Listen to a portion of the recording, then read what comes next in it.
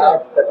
हमको लग रहा है भाई साहब पाकिस्तान है कुत्ते की पूंछ, जो 12 साल में नली में डाल लोगे कभी सीधी नहीं होनी, और ऐसे के ऊपर इन्होंने विश्वास कर लिया। जब एक बार डाला था काम तो पूरा करके ही निपटते भाई।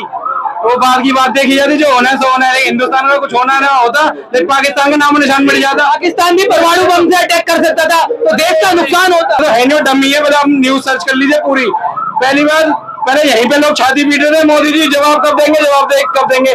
जवाब दे दिया, जवाब रुक गया, वही लोग तारीफ भी कर रहे हैं भाई। एक पाकिस्तानी प्रेमी खुश होंगे, रुक गए, बहुत खुश हो रहे होंगे लोग।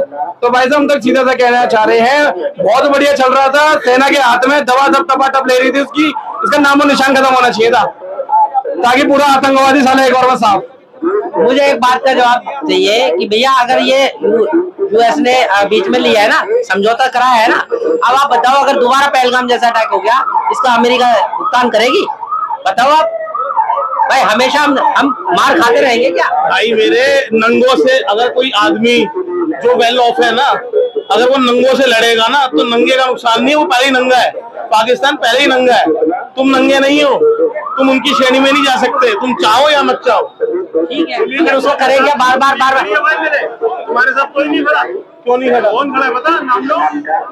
पाकिस्तान के साथ कौन खड़ा है? अरे भाई पूरी दुनिया है, पैसे तुमने पैसे दिलाए उनको, किसने दिलाए? अमेरिका ने हमको पैकेज पैसे दिया, तो तुमने क्या होता है, भारत देना है? तुम्हारे बीच में कभी ऐसा हुआ है कि इंडिया पाकिस्तान के बीच में कोई तीसरी देश आ गए कहे कि भाई इन दोनों को मैंने समझा दिया, सीज फायर करा दिया है? कभी सुना था कभी आज से पहले? तुम कहना क्या चाहते हो? मैं ये कहना चाहता हूँ कि हमारे और पाकिस्तान के बीच में अगर किसी थर्ड पर्सन को मुखिया बनाया जा रहा है, ये किसकी कमजोरी है? ये कमजोरी किसी की नहीं है, ये ताकत है हमारी।